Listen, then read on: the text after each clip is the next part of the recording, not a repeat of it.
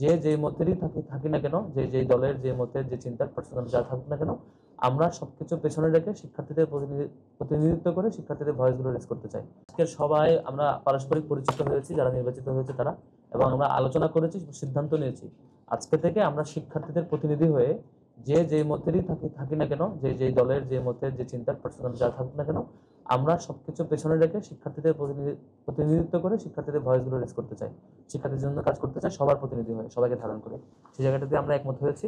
আমরা একই সাথে আহ, আহ, সিদ্ধান্ত নিয়েছি আমরা শর্ট টাইমের মধ্যে এক্সিকিউটিভ প্ল্যানগুলো গ্রহণ করবো প্রত্যেকটা বিভাগ এবং যারা নির্বাচিত প্রতিনিধি তাদের 12 মাসে কি কি কাজ হতে পারে, কোন উইকে কি কি কাজ হতে পারে, টোটাল প্ল্যানটা আমরা শর্ট টাইমের মধ্যে করে আমরা হচ্ছে কাজে নেমে পড়বো ইনশাল্লাহ।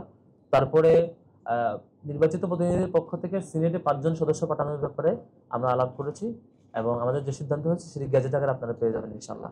নামগুলো গেজেট আকারে দিতে চাই। আমাদের যেসব ব্যাপারে ঐক্যমত হয়েছে যে 5 জনের ব্যাপার, সেগুলো গেজেট আকারে আপনাদের সামনে উপস্থাপন করা হবে।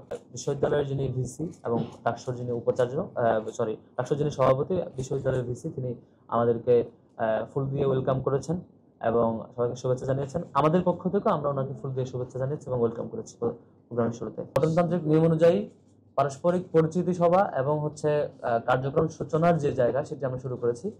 এখানে আমাদের ডাকসুর যিনি সভাপতি, বিশ্ববিদ্যালয়ের সম্মানিত উপাচার্য, তিনি উপস্থিত ছিলেন এবং ডাকসুর যিনি কোষাধ্যক্ষ যিনি ট্রেজারার, তিনি ওনার পরিবর্তে ভারপ্রাপ্ত একজন উপস্থিত হয়েছেন আজকে।